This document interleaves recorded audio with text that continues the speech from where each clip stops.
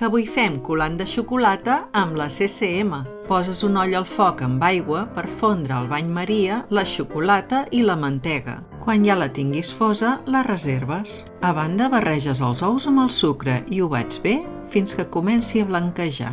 Afegeixes la xocolata amb la mantega fosa i ho bats bé fins que queda ben incorporat. Finalment hi poses la farina, que és molt important que estigui tamisada abans de posar-la. Ho barreges suaument fins que no queda cap grum. Deixaré la llista d'ingredients a la descripció del vídeo. Poses mantega en uns motlles que aguantin l'escalfor per cuinar al vapor. Això del cacau tampoc és tan important, després t'explico per què. Emplenes els motlles fins a la meitat.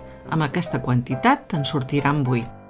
Els tapes individualment amb fil transparent i els poses en una olla preparada per cuinar al vapor. Sembla que tot va bé, però a vegades passen coses. Quan fas proves és el que té. Després us ho explico. Quan ja hem tapat l'olla, la introduirem dins la CCM. Ho deixo 30 minuts, perquè penso a la CCM tot va lent, però en aquest cas m'equivoco.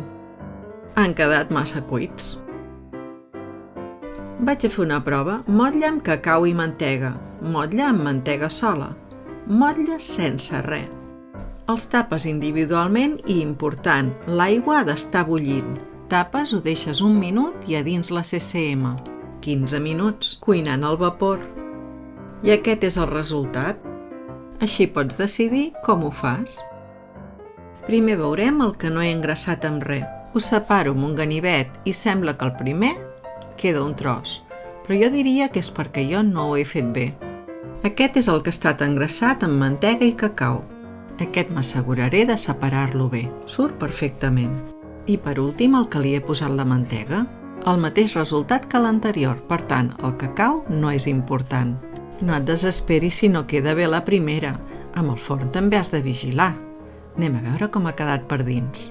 I si no te'ls menges tots al moment, els pots guardar a la nevera. Amb 30 segons al microones els tindràs així. Ei, mira que bé ha quedat! I l'estona que ens hem estalviat de forn es mereix que ho comparteixis. Cuina de consum mínim. Cuina sostenible.